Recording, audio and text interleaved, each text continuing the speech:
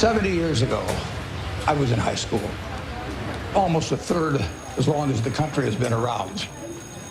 And when I was in high school, I really only had two things on my mind: girls and cars. and I wasn't doing very well with girls, so we'll talk about cars. But let's just imagine that when we finish, I'm going to let each one of you pick out the car of your choice. Sounds good, doesn't it? Pick it out, any color, you name it. It'll be tied up with a bow, and it'll be at your house tomorrow. And you say, well, what's the catch? And the catch is that it's the only car you're going to get in your lifetime. Now, what are you going to do knowing that that's the only car you're ever going to have and you love that car? You're going to take care of it like you cannot believe. Now, what I'd like to suggest, you're not going to get only one car in your lifetime, but you're going to get one body and one mind, and that's all you're going to get. Starting a new business, venture, and project can be daunting, but with the right team, anything is possible. Is it time to get started on turning your bright ideas into an exciting work in progress? Fiverr is offering its Fiverr Business Annual Membership at 100% free for the whole first year. You deserve to make 2021 the first step in your giant leap towards success. Fiverr Business gives you full access to their handpicked catalog of top freelance talents, as well as a fully integrated collaborative environment. Fiverr Business gives you the tools you need to launch, scale, and manage your startup from just about anywhere in the world. But that's not all. Fiverr stands as one of the most efficient scaling solutions trusted by startups and small businesses across the globe, thanks to the cost-effective pricing of most freelancers on the platform. To learn more, click the link below and sign up for your free Fiverr Business account. And that body and mind feels terrific now, but it has to last you a lifetime. On the way to the office, it's all of a 5-minute drive. I've been doing it for 54 years. One of the good things about this 5-minute drive is that on the way there's a McDonald's, so I'll pick up something. Good morning. Thank you for choosing McDonald's. Go ahead and order whenever you're ready. I'll have a sausage McMuffin with egg and cheese. Anything else? That's it, thank you.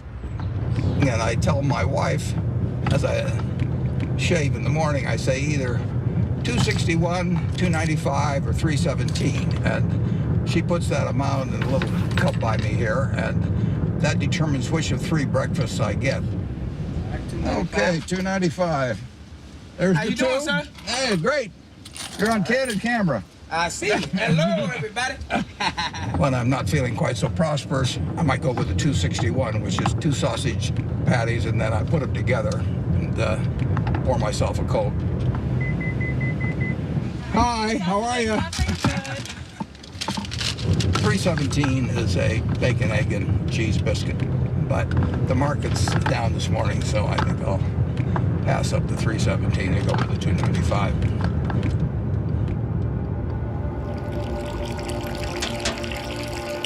I like numbers. Started before I could remember. It just felt good working with numbers. I was always playing around with numbers in one way or another, and it was fun to have a bunch of guys over and have them betting on which marble would reach the drain first. I had a lot of energy as a kid. I was inquisitive, and I was the youngest one always in the class because I'd skip.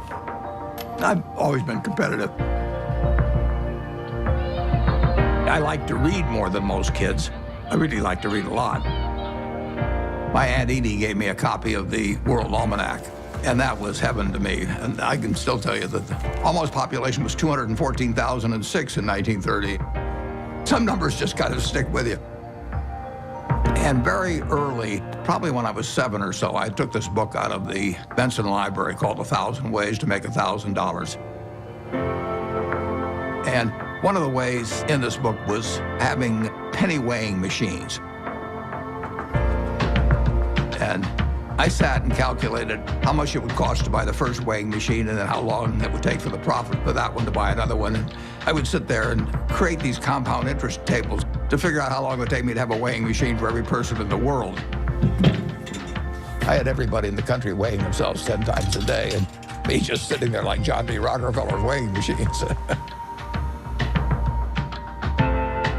The allowance when I was a little boy was a nickel a week, but I liked the idea of having a little more than a nickel a week to work with, and I went into business very early. I started selling Coca-Cola door to door, I sold gum door to door, or sold Saturday Evening Post, Liberty Magazine, Ladies Home Journal, you name it. I think I enjoyed the game almost right from the start. But I like being my own boss. That's one thing I liked about delivering papers. I could arrange the route I wanted. Nobody was bothering me at 5 or 6 in the morning.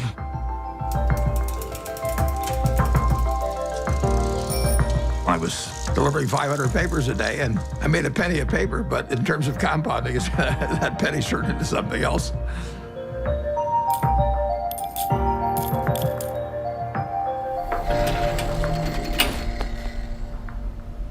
Einstein is reputed to have said that compound interest is the 8th wonder of the world or something like that. And it goes back to that story you probably learned when you were in grade school where somebody did something for the king and the king said, "What can I do for you?" And he said, "Well, let's take a chessboard and put 1 kernel of wheat on the first square and then double it on the second and double it on the third." And the king readily agreed to it. And by the time he figured out what 2 to the 64th amounted to, he was giving away the entire kingdom. So it's a pretty simple concept, but over time, it accomplishes extraordinary things.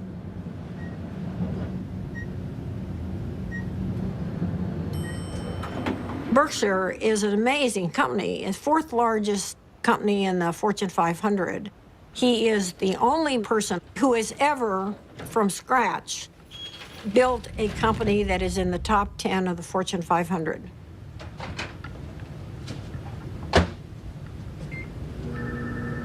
Berkshire Hathaway. Fine, thank you. Well, Berkshire is a holding company of sorts. It owns a large number of separate businesses that operate independently of each other and to a great extent from the parent company, Berkshire Hathaway. What gold's been red hot? My favorite green gold. So strong. All right. Well, we're going to get more from you in a second. We have maybe 70, maybe 80 businesses, and we ask them to behave in a way that doesn't hurt our reputation at Berkshire Hathaway, but they run their own lives.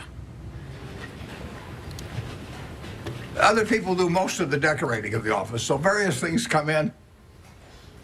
Originally, when I moved in 1962, you can see this.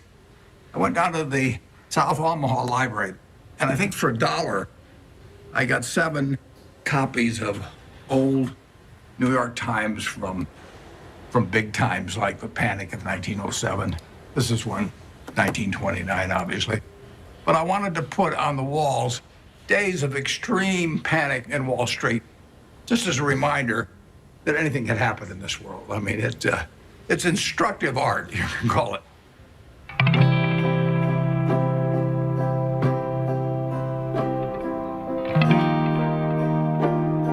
I was born in 1930 here in Omaha, Nebraska, during the stock market crash. Well, my dad lost his job in 1931, a year after I was born. He was a stock salesman, and he had what little savings he had in the bank, and so he started his own company. He worked right through the Depression.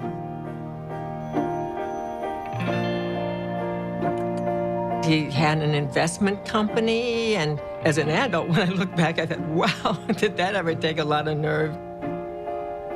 Sometimes we'd go down there on Sunday and we could play with the adding machine. My brother and I tended to play the games together. And I remember at one point, he said to me, "I'm going to be a millionaire by the time I'm 30 or something like that." It was totally outside of anything my family had experienced, but he just was unusual that way. Well, I was the oldest. and then my brother, and then my sister. And my father would go to New York periodically to check on businesses and stocks and things like that. And he'd come back, he always had a costume for each of us, and Warren loved it.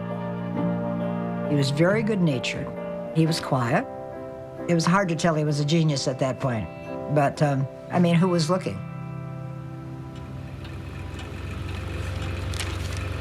The first books I read on investment were actually in my dad's office. Pretty soon I read all the books in the office and read some of them more than once. My dad had various nicknames for me. He'd call me Fireball sometimes because I'd start little businesses. He didn't care about money at all. He believed very much in having an inner scorecard and to never worry about what other people are thinking about you. You know, just if you know why you're doing what you're doing, that's good enough. I admired everything about him to the extent that I was absorbing lessons from him without knowing it. And the idea that all lives have equal value is something that all three of his children felt since I can remember. My dad, at one point, ran for Congress when I was 12 or so. It was a very Republican household. I campaigned for him, my sisters campaigned for him. The whole family did. My mother was very, very bright, and she was very gregarious. She was a good campaigner for my dad. She had a lot of ambition, and I think my brother Warren got a lot of his extreme competitiveness from my mother, actually. She was brilliant at math. You know, I guess they still had these things where you cranked them and things added up, and she could add it in her head faster than the machine could do it. She was absolutely amazing in that. She was very dutiful about taking care of the kids, but you didn't get the same feeling of love. It was there, but it didn't come out the same way as with my dad. In the nation, the only permanent way to prosperity is a balanced budget. Unless that goal is achieved, all post-war plans will collapse like Hitler's conquest. You have heard Congressman Howard L. H. Buffett, Republican member of the House of Representatives from Nebraska, speaking on... When I was about 12 or 13, we moved to Washington, my family, and I was mad. I was having fun in Omaha. I lost all my friends, and now I moved to a town where they were all strange. So I was very, very unhappy. At school, I just lost interest. I took pleasure in tormenting my teachers. At that time, for example, AT&T was the stock that all teachers owned for their retirement. And I decided that it would drive my teachers a little crazy if I went short the stock, because when you go short a stock, you're betting that it will go down. So I shorted 10 shares of AT&T and then brought the confirmation to school and showed these teachers that I was shorting the stock. They found me a big pain in the neck, but they did think I knew a lot about stocks. And then at home, my mother would have terrific headaches. And you didn't want to be around her when she was having the headaches. And she would lash out more. She would never do it in public. Well, I think we were terrified of her. When I'd wake up in the morning, I'd listen to hear her voice. I could tell by her voice it was going to be a terrible day or not. When she got difficult, the three children felt it. When I was at the low point, I decided that I would run away. So I talked two other guys into running away with me. We went out and we started hitchhiking. And then we got picked up by the highway patrol, and that scared the hell out of us. It's very interesting. My dad never really gave me help about doing this. But he finally said, he said, you can do better than this. And just saying that, I mean, I felt I was letting him down, basically. So in all ways, he was teaching me. He never taught by telling me things. He just taught by example. He had unlimited confidence in me, even when I screwed up.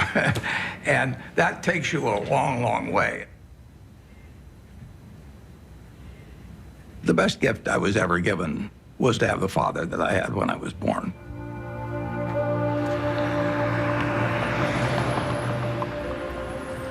I didn't want to go to college. I was 16 when I got out of high school, and I was buying stocks. I mean, I actually was having a pretty good time, and I didn't see that really was much to be gained by going to college, but my dad kind of jollied me into it. He had a roommate who was a friend of mine, and the roommate said it'd just drive him crazy because he studied all the time, and Warren would come in like 15 minutes before the exam and just ace his way through it. I finished in 3 years because I had enough credits, and I was in a hurry. I wanted to get out. When I got out of the University of Nebraska, I applied to Harvard Business School. They told me I was to get interviewed in a place near Chicago. I got there, and he interviewed me for about 10 minutes. And he said, forget it. You're not going to Harvard. And so now I'm thinking, what do I tell my dad? You know, this is terrible. And it turned out to be the best thing ever happened to me. Later that summer, I was looking through a catalog. And in the catalog, it had these names of people that were teaching. And one was Graham and another was Dodd. I had read this book by the two of them. So I wrote him a letter in mid-August. And I said, Dear Professor Dodd, I said, I thought you guys were dead. But now that I found out that you're alive and teaching at Columbia, I would really like to come. And he admitted me. So, you know, that it just shows you never can tell.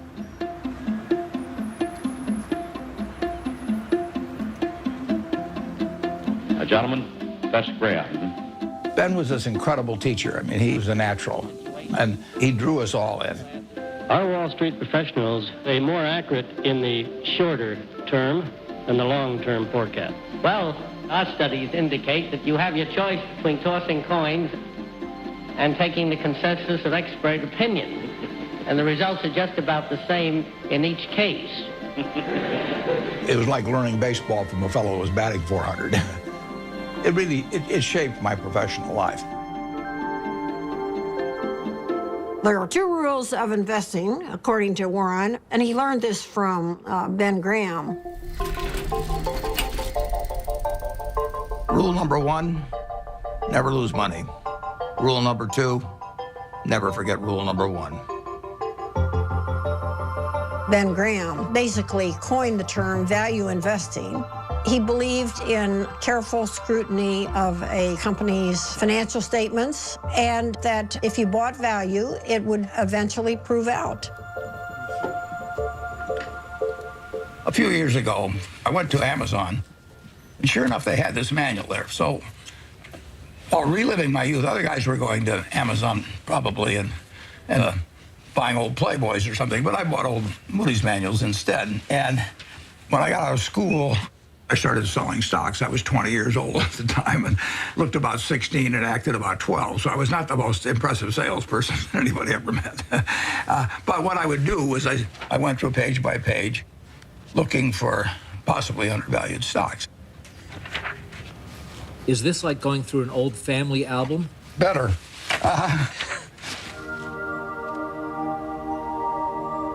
When I got out of business school at Columbia, I developed pretty decent skills in terms of business, but I hadn't really come to terms with the world exactly. What were you like around girls back then? Bad. I was sort of out of the swing of things there for a while. I went to my 60th reunion. There's a girl there.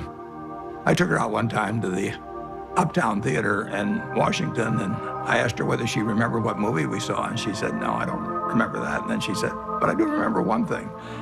And like an idiot, I said, what was that? And she said, well, you picked me up in a hearse. And it was true that I owned a half interest in a hearse when I was in high school, which was not the smoothest thing, or coolest, as I would say now, the thing that you could do on a date.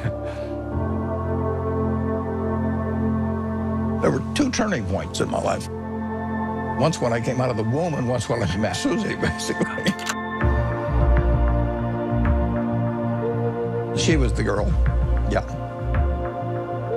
But it took her a little longer to figure out I was the boy.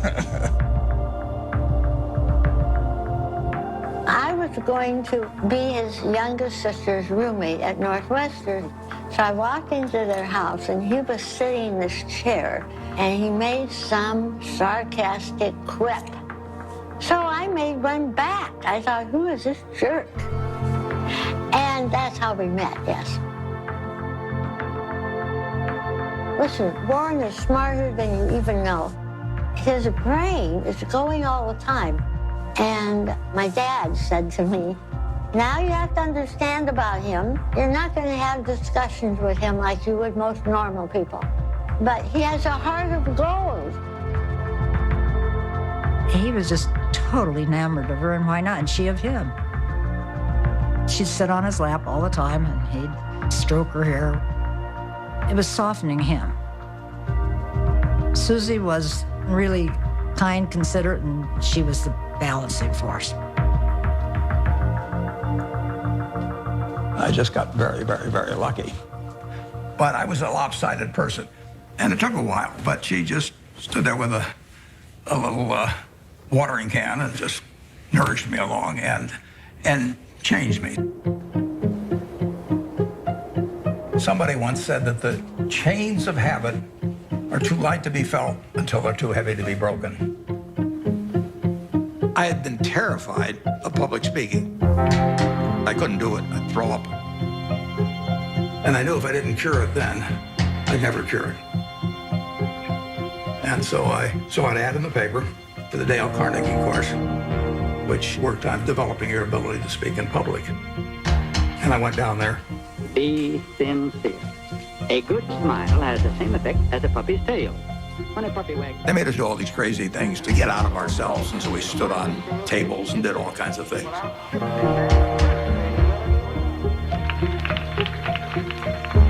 If I hadn't have done that, my whole life would have been different. So in my office, you will not see the degree I got from the University of Nebraska.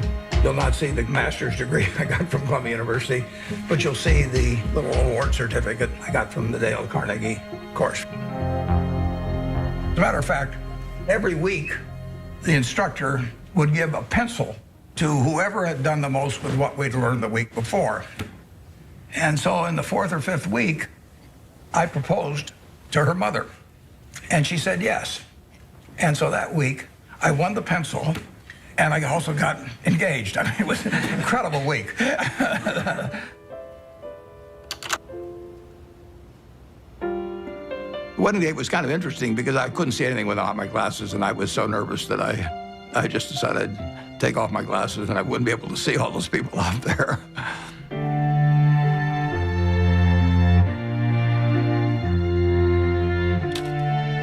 She was 19 when we got married, and I was 21. But she was so much more mature than I was, there's no comparison.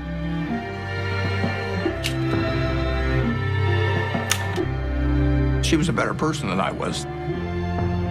But when you get married, it's not a question of saying, I'm going to put a 14% factor in for humor and 17% for intellect and 22% for looks. It doesn't work that way. I knew it was the right decision, and it was.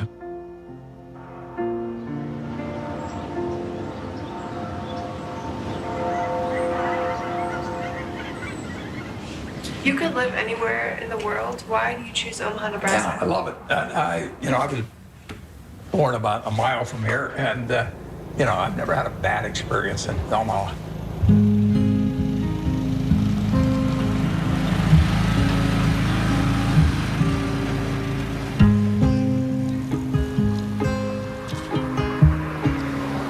Omaha and Nebraska are home to me. Everything about it seems like home. It's a pace, it's relationships. There's a lot of continuity, there's a lot of community, there's a lot of friendship. It's a very solid place and friendly place in which to grow up and in which to conduct a business.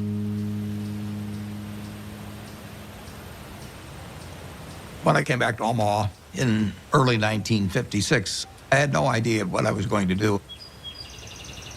But a few months after I came back, some members of the family said, what should we do with our money? And I said, well, I'm not going back in the business of selling stocks, but if you would like to join me in a partnership, I said, I'll be glad to do it. So within a couple of months after coming back, I set up the first partnership.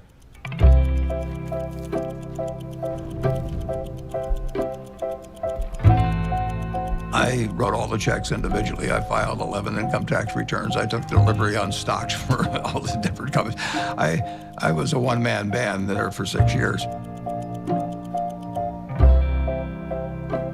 Warren would sit upstairs in his little office there, and I would bring up the name of a company, and most of the time he knew much more than I did about the company. He'd know how many shares were outstanding, he'd know the capitalization, he'd know the earnings.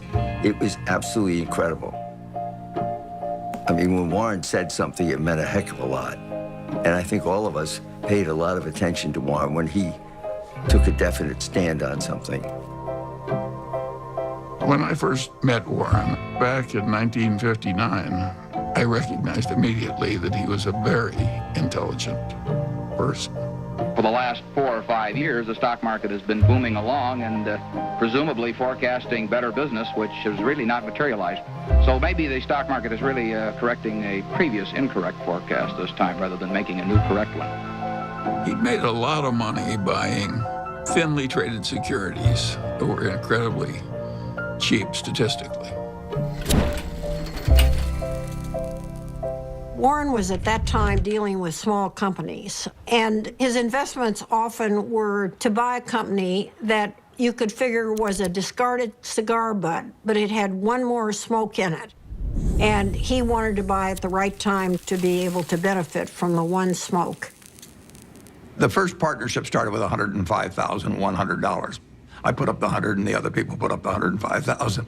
And then at the start of 1962, I moved to Kiewit Plaza. And by the time I moved to Kiewit Plaza, we had $7 million invested, and a fair amount was profits. I was then renting a house. I never owned a house to that point. And then 2 years later, I bought the house I live in today in 1958.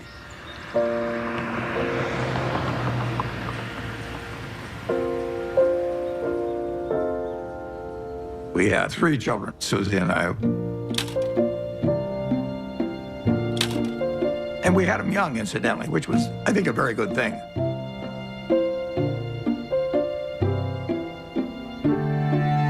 My daughter Susie was born here. I named her Susie just like that as soon as I looked at her, because she looked just like her mother. And she was a cinch.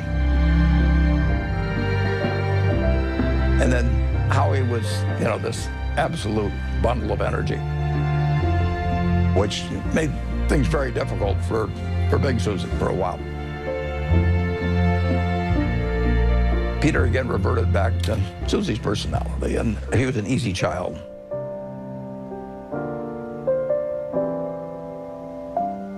Well, I would describe my childhood as normal, but who knows what normal is.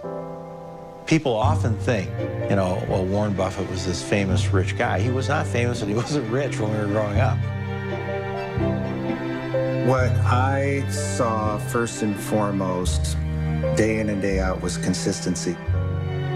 Every day we'd hear the garage door close in the house, and then like clockwork, my dad would come in the door, I'm home, and we'd all eat dinner together, which I think surprises a lot of people. My dad used to rock me to sleep at night and sing Over the Rainbow. So I have this insanely sentimental attachment to that song. I've always had a really close relationship with him.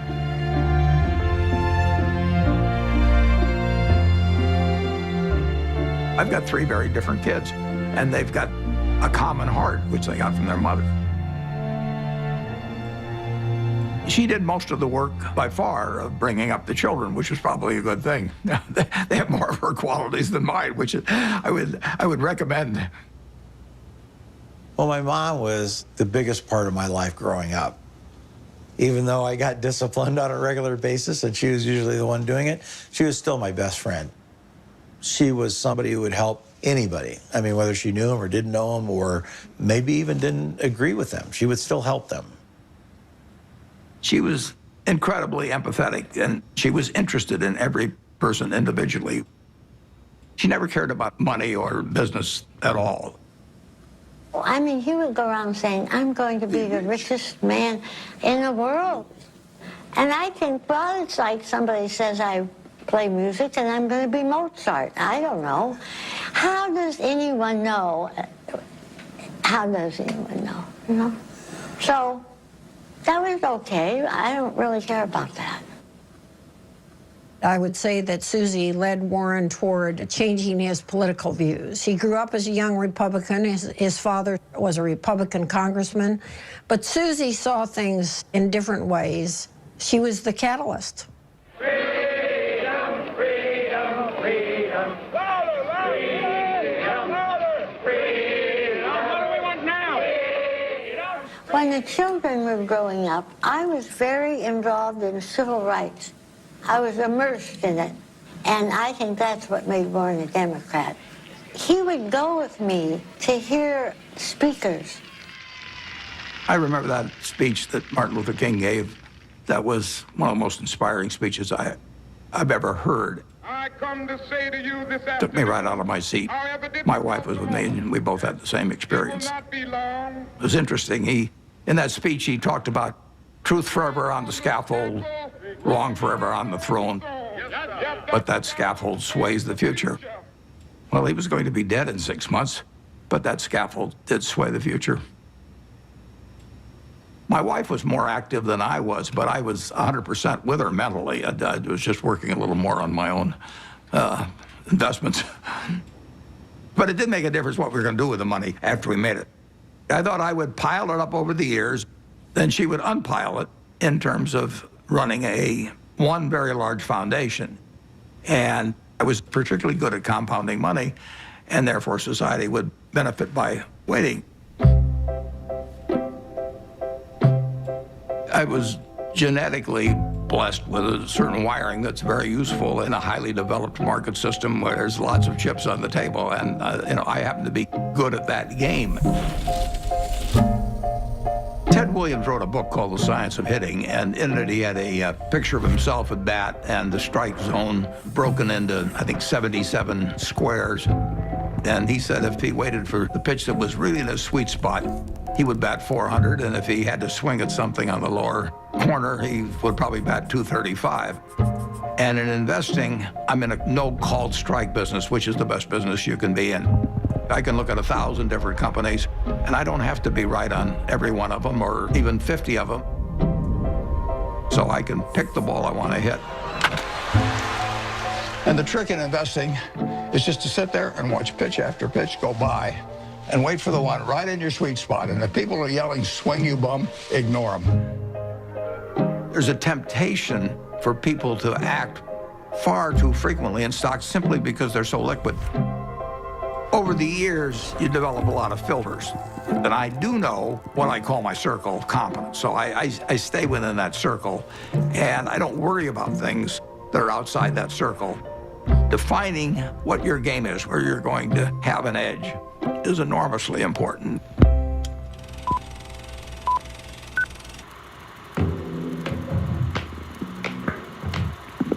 I bought the first shares of Berkshire in 1962, and it was a northern textile business destined to become extinct eventually. And it was a statistically cheap stock in a terrible business. Berkshire Hathaway was closing mills, and as they closed mills, it would free up some capital, and then they would repurchase shares. So I bought some stock with the idea that there would be another tender offer at some point, and we would sell the stock at a modest profit. And at one point, the management asked me at what price we would tender our stock, and I said $11.50. And the tender offer came out a few months later, and it was at $11 3/8, which is 1/8 of a point cheaper. And that made me very mad, so I just started buying more stock. I just felt that I'd been double-crossed by the management, and in May of 1965, I bought enough so we controlled the company, and we changed the management.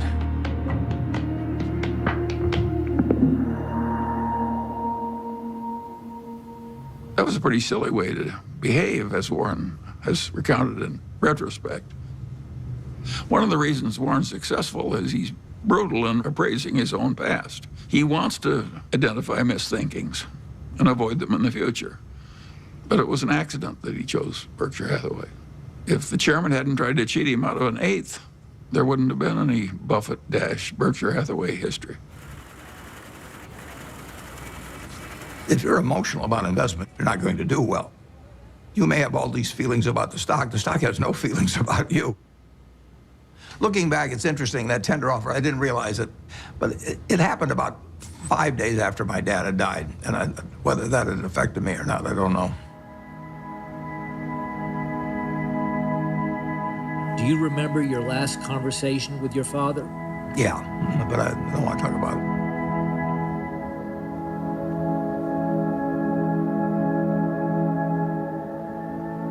I think it just sobered him and hurt him. But Warren soldiers on. Both Warren and I could look at our fathers and see what they did right and what they did wrong. Warren's father was a real old-fashioned right-wing ideologue. And his father was so intense about it that Warren just decided that it was a mistake. It cabbaged up your head to be that much of an ideologue. So he loved his father, but he didn't want to become that much of a true believer in anything. My politics became more overt after my dad died. Civil rights changed my views. You know, in 1776, Thomas Jefferson wrote, "All men are created equal," and then when they wrote the Constitution, they all of a sudden decided that, no, it was just 3/5 of a person if you were black. I mean, that struck me as kind of crazy. I was talking to him one day about some racial issue, and he said to me, "Wait till women discover they're the slaves of the world." Now, how many men were cognizant of that, and even women then? The initial example is really my mother. She came from a generation where the main function of the wife was to help her husband in the job. And my sisters are fully as smart as I am. They got better personalities than I have, but they got the message a million different ways, that their future was limited, and I got the message that the sky is the limit. And it wasn't due to a lack of love or anything of the sort. It was the culture. On the other hand, you can look at the flip side of that and say it's quite encouraging, because if you look at what this country accomplished, only using half of its talent, you know, just think of the potential for the future. I'm enormously bullish on America over the future, and part of the reason is that we, by some rather stupid decisions, essentially put half our talent on the sidelines. Warren is probably the most rational person I've ever met. Charlie Munger would be a close rival. And Charlie became a man that Warren depended on heavily. And I think his first experiences in the discarded cigar butt era convinced him that it was not exactly where he wanted to be. He'd made so much money for so long doing what he'd been taught by Ben Graham, which is to buy these very cheap stocks. And if they were cheap enough, he didn't care it was a lousy company and a lousy management. He knew he was going to make money anyway just because of the cheapness. Charlie Munger has had a big impact on me in moving me toward looking for wonderful companies at fair prices rather than fair companies at wonderful prices. And that was enormously important because it enabled Berkshire to scale up in a way that would have been impossible to do otherwise. Yep. What are the key indicators you look for within companies before making an investment? Well, I look for something that does give them a moat around it. We have a company called See's Candy out on the West Coast. See's Candy is boxed chocolates. If you give a box of See's chocolates to your girlfriend on the first date and she kisses you, we own you. You know, I mean, we can raise the price tomorrow and you'll buy the same box. You're not going to fool around with success. So the key there is the response. You do not want to go home on Valentine's Day and say to your wife or your sweetheart, preferably they're the same person, you don't say, "Here, honey, I took the low bid." It doesn't work. Price is, to a degree, is immaterial. If you've got an economic castle, people are going to come and want to take that castle away from you. And you better have a strong moat. You better have a knight in the castle that knows what he's doing. You're not buying an asset You're buying a name, you're buying a brand, you're buying a real franchise here. And Charlie was more responsible for that than anybody. We were mental partners right from the moment we met. I want to know, going back 50 years, what it was like when you first met Warren. Well, I thought he was a prodigy. And I got a lot of criticism. My wife said, "Why are you paying such enormous respect to that young man with a crew cut who won't eat vegetables?" He's ungodly smart. He's got a much broader intellect than I do. And he's magnificent at being able to condense important ideas into just a very few words. If you're not interested in the economic scene right now, you're mentally dead. Charlie has no tact. All right, let's talk a little bit about bankers. Charlie on Friday compared them to heroin addicts. Yeah, well, that's colorful, Charlie, but I would not have chosen that. I once wrote of him that when they handed out humility, he didn't get his fair share.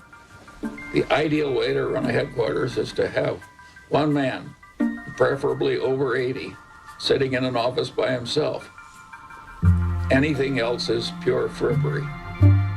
He's always honest in what he tells me, so I listen to him. We never had an argument. We just kind of roll with it easily. Suppose Warren doesn't want to do something that I would have done. And suppose that happens 4 times over 40 years or something. What the hell difference does it make to me? Net, the record is working out fine.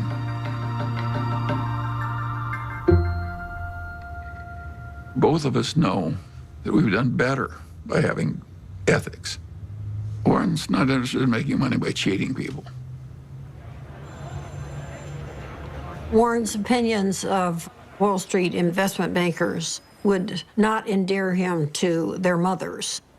He feels that they're, for the most part, not out for their clients. They're out for their own business interests. In the late 1960s, there were just a flood of accounting shenanigans and mergers built upon false accounting and misleading people. It was a time when a lot of charlatans were prevailing in Wall Street and were being applauded by Wall Street. And I understood what the game was about, but I didn't want to play in it. So I closed down the partnership at the end of 1969, and I took on the title of chairman for Berkshire Hathaway. Well, I think the modern Berkshire is pretty much all a reflection of Warren.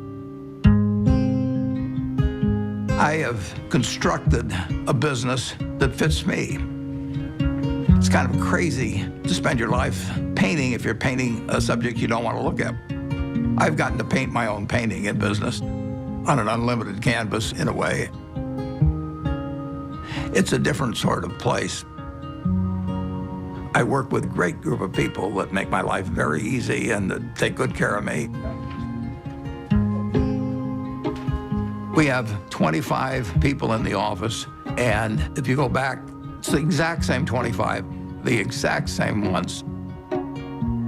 We don't have any committees at Berkshire. We don't have a public relations department, we don't have investor relations, we don't have a general counsel, we don't have a human relations department. We just don't go for anything that people do just as a matter of form. It's exactly the life I like. And it's not work to me, it's just a form of play, basically.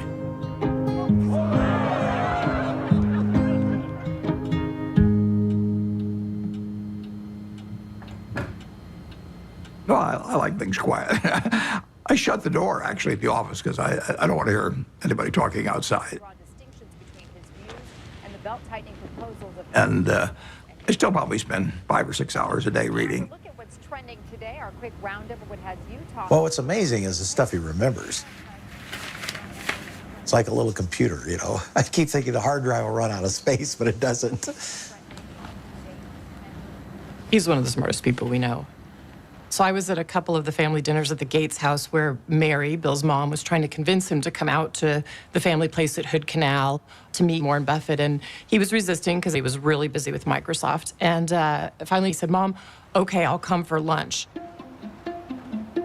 So the two of us Flew out there somewhat reluctantly because, you know, buying and selling stocks, which is how I thought of Warren, wasn't of particular interest to me and didn't seem like value added. It turned out that was completely wrong. We knew that day that we'd be very close friends. In fact, we just couldn't get enough of each other. Shortly after I met Bill Gates, Bill's dad asked each of us to write down on a piece of paper one word that would best describe what had helped us the most. Bill and I, without any collaboration at all, each wrote the word focus. Well, focus has always been a strong part of my personality. If I get interested in something, I get really interested. If I get interested in a new subject, I want to read about it, I want to talk about it, and I want to meet people that are involved in it. We both love to work hard. You know, neither of us like frivolous things. You know, he doesn't know much about cooking or art or a huge range of things. I can't tell you the color of the walls in my bedroom or my living room. I don't have a mind that relates to the physical universe well. Warren checking the Dow. But the business universe, I think I understand reasonably well. Warren's ability to size up people and businesses, it's a pretty magical thing. He is the best at that of anybody we know. We should all try to be 20% as good at that. I like to sit and think, and I spent a lot of time doing that, and sometimes it's pretty unproductive, but I find it enjoyable to think about, particularly about business or investment problems. They're easy. It's the human problems that are the tough ones. Sometimes there aren't any good answers with human problems. There's almost always a good answer with money.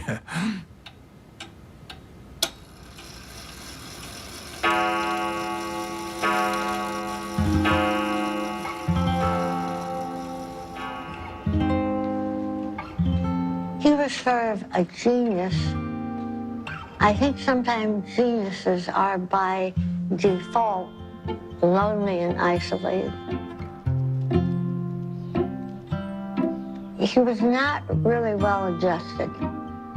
He was just this funny, humorous guy who maybe had a moat around him because he was afraid and he didn't know anyone that he wanted to let in.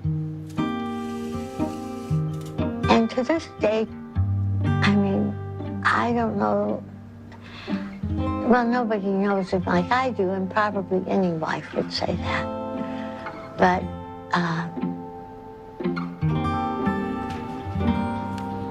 he's a loner in a sense.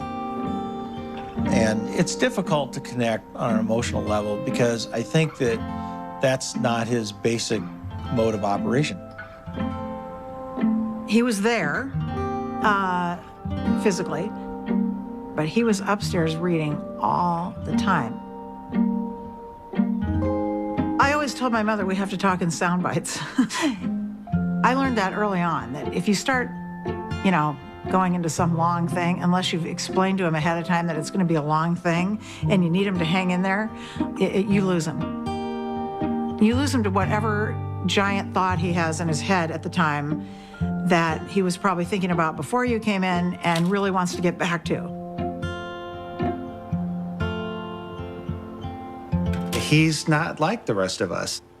I don't think my dad ever took anybody for granted, but you are a little bit blind, I think, sometimes to what other people might be doing behind the scenes. And my dad's gotten a little bit of a pass. Warren can't find the light switch, and it's probably my fault. One time, years ago, when the kids were little, I was feeling really sick. I had the flu, so I lay down on the bed, and I said to Warren, will you get me a pan or something from the kitchen? I may not get to the bathroom. I feel so sick. He said, okay. So he traveled down to the kitchen, and I hear this bang, dip, boom, bang. And he comes up, and he brings me a colander, and I looked at it, and I said, look, honey, this has holes in it. Oh, okay. So he ran down, all this banging, and he comes up, and he puts the colander on a cookie sheet.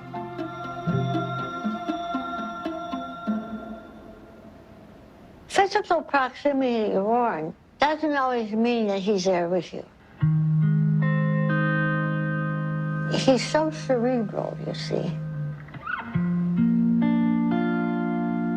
And that's why I learned to have my own life. We were two parallel lines, but very connected when he was open to connecting.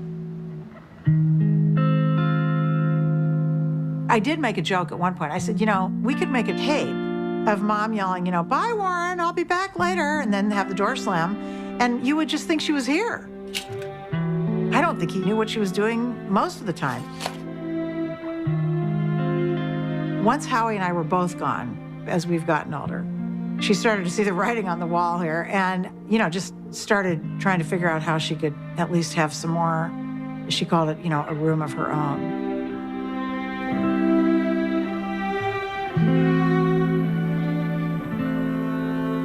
The worst mistakes involve not understanding other people as well as you might.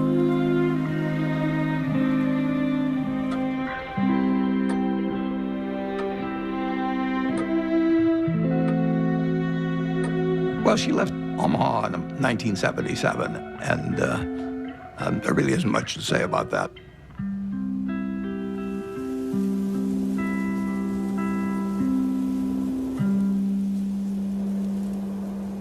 It was devastating for him. And I came home because I can't say I was mad at her exactly, but I kept thinking, how can you leave him? He can't function by himself. So my mother, she'd asked a bunch of her friends to sort of look in on him. And Astrid was one of them. So I called Astrid. I said, Astrid, will you take Warren, make him some soup? Go over there and look after him because he's not going to make it. And it took him a while to figure it out, but he figured it out. I said, I'm not leaving you because I'll be wherever you want me when you want me. My mom moved to San Francisco, and I think one of the reasons it was important for her to leave Omaha was because she just felt like she was kind of trapped in this environment, that everybody knew who she was, that she, couldn't have her own identity. He knew that there was something she needed to do, and that she really recognized that the money gave us all and her a choice in a lot of ways that a lot of people didn't have. There was a time Warren was getting criticized that here was this very, very rich man who was getting richer every year and really wasn't giving a lot of money away. And there was terrific criticism by some people, which Warren never said anything about. The biggest thing in making money is time. You don't have to be particularly smart, you just have to be patient. Susie didn't want to wait as much as I did, but she never quite appreciated compounding like I did. That is a disagreement we have. I run a foundation now. I think we should be giving more money away. But I understand why we don't, because it's business. To me, the crux of it is that it wasn't the money itself. You can see that in the way he lives. I mean, he doesn't buy huge paintings or build big houses or anything like that. It's all mental with him. And the money is his scorecard. And he used to say to me, everybody can read what I read. It's a level playing field. And he loves that because he's competitive. And he's sitting there all by himself in his office reading these things that everybody else can read. But he loves the idea that he's going to win. I'll tell you how you do it. Have you ever seen a juggler juggle 25 milk bottles? How did he ever get to do that? The answer is he started with 1 bottle, then 2, then 3, and just kept doing it, and pretty soon he was at 25. And that's the way we did it. So basically, we started out with cash and ended up buying a bunch of businesses, including insurance companies. Insurance is in itself a profitable business, but it has the additional advantage of creating something that's called float. And float is the money that hangs around Berkshire while a claim is waiting to be paid. And Warren turned out to have an extraordinary ability to use the money thrown off by the float to buy companies that fed the growth of Berkshire. In 1983, Mrs. B cashed in on her business by selling control for $55 million to a company owned by investor Warren Buffett.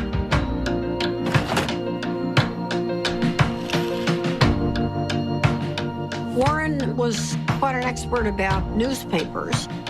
He got interested in the Post because he recognized it as a greatly undervalued company.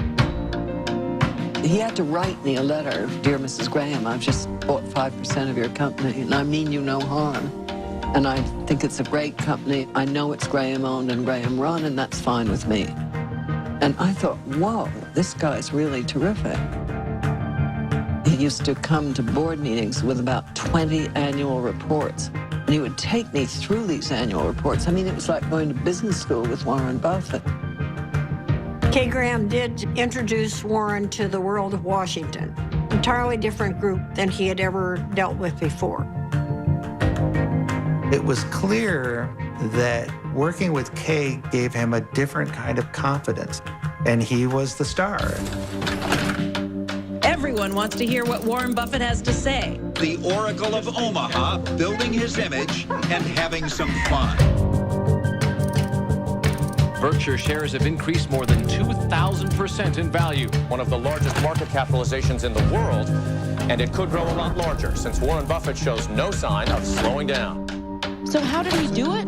By investing in what he knows and understands. Good old-fashioned American brands like Coca-Cola, Fruit of the Loom, and Dairy Queen. What inspired you? This inspired me. Find what you like. Is that what Yeah, absolutely. Today, the Coca-Cola Company will sell almost 2 billion 8-ounce servings of one form or another of Coca-Cola products. Now, if you get an extra penny a day, a penny a serving, that's $20 million a day. That's $7.3 billion a year from 1 penny more. When you own Coca-Cola, you own a little piece of the minds of billions and billions of people. That is really good. Who's got the most $100 bills these days? Well, his name is Warren Buffett in this country, and he has just displaced his friend Bill Gates as the richest businessman in the world.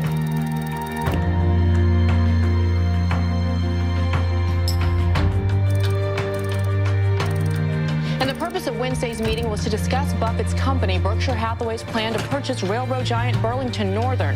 Valued at $26 billion, this would be Buffett's largest acquisition ever. He's created Berkshire from virtually nothing into hundreds of billions of dollars of market cap.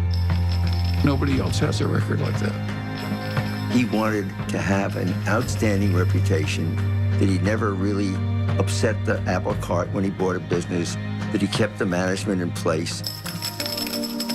He was establishing a reputation that paid off later in life. It's been building and building ever since I've known him. It takes 20 years to build a reputation, and it takes 5 minutes to lose it. When Warren made his investment in Solomon, I was one of the people, along with many, many others, who were quite amazed, because he had taken a very critical tone in talking about investment bankers and about their greed. And here he was investing in one, Solomon Brothers, that was known to be a member of the club. Warren and Charlie went on the board, and Charlie couldn't stand what was going on there and didn't like the culture at all. And shortly after they got involved, the thing exploded.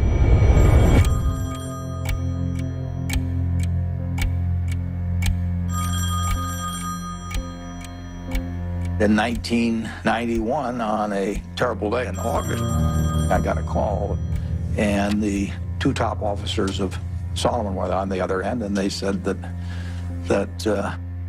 we had a problem. This is NBC Nightly News.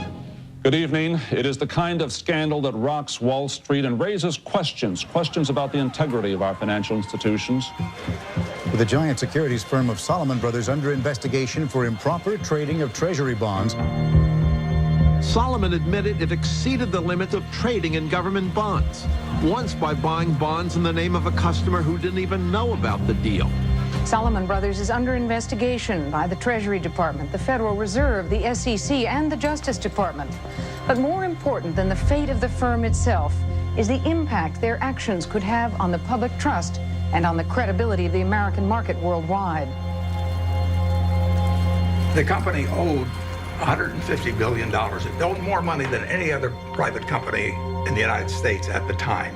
And that night, I met with the man that ran the Federal Reserve of New York, who was the sheriff, in effect. And I said, you know, I've never really owed very much money before. I said, I've got a little mortgage on a house, but $150 billion is a little staggering. And I was hoping he would say, well, don't worry, Warren, we'll give you a few weeks to breathe.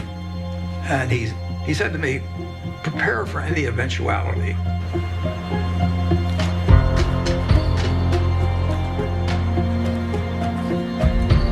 Earlier today, the U.S. Treasury Department announced that it had suspended Salomon Brothers from participating in the auction of new issues. It was one more jolt for a scandal-scarred Wall Street. The Fed was in effect saying, you're an evil force and we don't want you trading our bonds. It was a huge turning point for Warren. And he believed that at that particular point, his reputation was on the line. Warren had 24 hours to make up his mind as whether he was going to go forward or just bow out. And I think at that point, Salomon Brothers could have gone into bankruptcy. And Warren stepped up and took responsibility. Okay, I'm Warren Buffett. I was elected interim chairman of Salomon Inc. A few hours ago at a board of directors meeting. Why was it necessary for you to step in, and what is your mandate of leadership?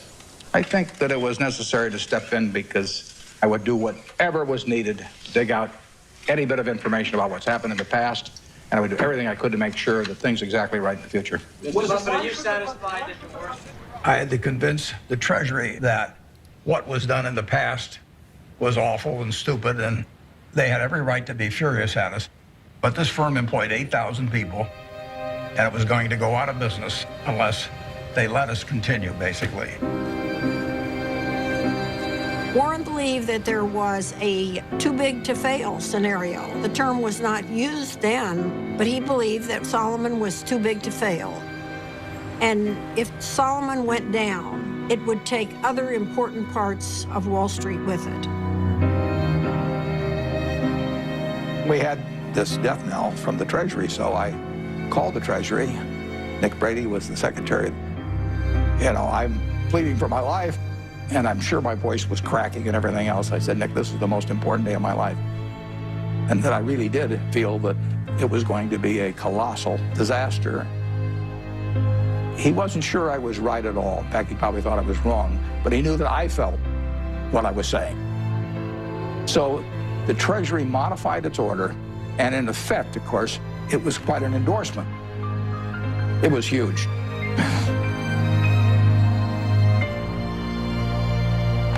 It saved Salomon. Nick Brady went with Warren because he trusted him. It shows how having a good reputation is really helpful in life. I thank you for the opportunity to appear before this subcommittee. I would like to start by apologizing for the acts that have brought us here. The nation has a right to expect its rules and laws to be obeyed. But I also have asked every Salomon employee to be his or her own compliance officer.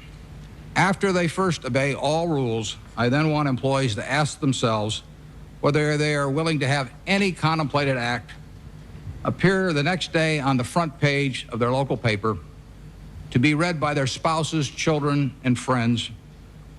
If they follow this test, they need not fear my other message to them. Lose money for the firm, and I will be understanding. Lose a shred of reputation for the firm, and I will be ruthless. I welcome your questions.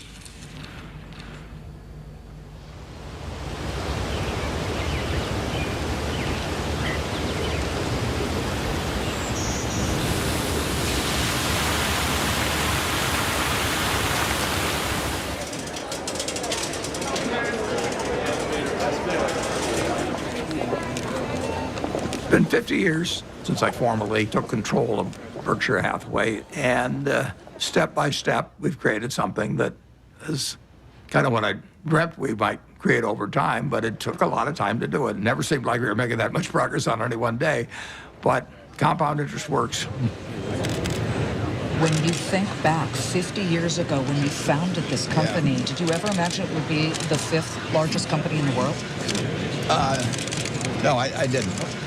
But if I was thinking about it, I wouldn't have thought in terms of being the 5th, or the 4th, or the 3rd. You would have wanted number 1. Well, I mean, if you're going to dream, you might as well dream.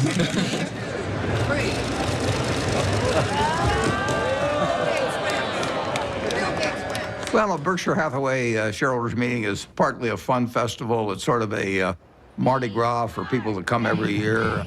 It's a chance for us to have a lot of fun and meet the people that have entrusted us with their money. Well, we used to have just 30 people in a cafeteria, and now we have this huge public spectacle. Celebration is part of making a group of people work well together. It's a celebration. We are glad you're here at our meeting. Be sure to check out our wares. We'll sell you C's candy and dilly bars and insurance for all of your cars, for it's buy all you see at the Berkshire Show.